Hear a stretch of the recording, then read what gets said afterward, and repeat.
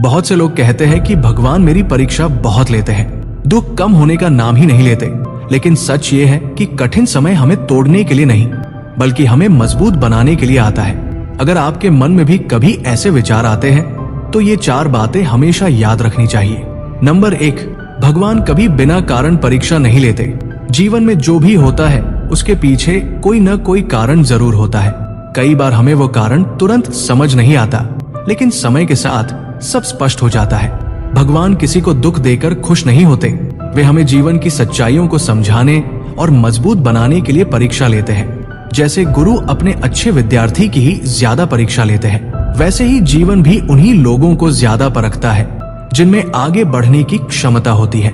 Number 2, कठिन समय हमेशा कुछ सिखाने आता है। दुख और संघर्ष जीवन के सबसे बड़े शिक्षक होते हैं। जब जीवन में सब कुछ अच्छा चल रहा होता है तब इंसान ज्यादा नहीं सीखता, लेकिन कठिन परिस्थितियां उसे धैर्य, समझदारी और सहनशीलता सिखाती है।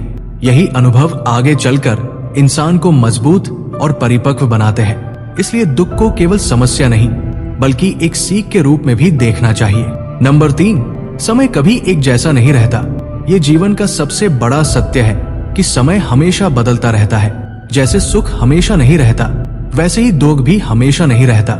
जब इंसान कठिन समय में होता है तो उसे लगता है कि ये परेशानी कभी खत्म नहीं होगी, लेकिन धीरे धीरे परिस्थितियां बदलती है और जीवन फिर से सामान्य होने लगता है। इसलिए मुश्किल समय में धैर्य और विश्वास बनाए रखना बहुत जरूरी है। नंबर 4, भगवान पर भरोसा और अपने कर्मों पर विश्वास रखें। जब जीवन में कठिनाइयां बढ़ती हैं तो इंसान का विश्वास कमजोर होने लगता है, लेकिन ऐसे समय में ही भगवान पर भरोसा और मजबूत रखना चाहिए। साथ ही अपने अच्छे कर्मों को कभी नहीं छोड़ना चाहिए।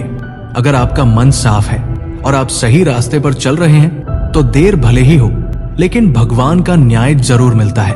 अंत में यही समझना चाहिए कि जीवन की हर परीक्षा हमें कुछ सिखाने के लिए आती है। इसलिए दुख के समय निराश होने की बजाय धैर्य, विश्वास और सकारात्मक सोच के साथ आगे बढ़ना चाहिए, क्योंकि जो व्यक्ति कठिन समय में भी मजबूत बना रहता है वही आगे चलकर जीवन में सच्ची खुशी और सफलता प्राप्त करता है। दोस्तों, आपको मेरे विचार अच्छे लगे हो तो कमेंट में यस जरूर लिखें। राधे राधे, धन्यवाद।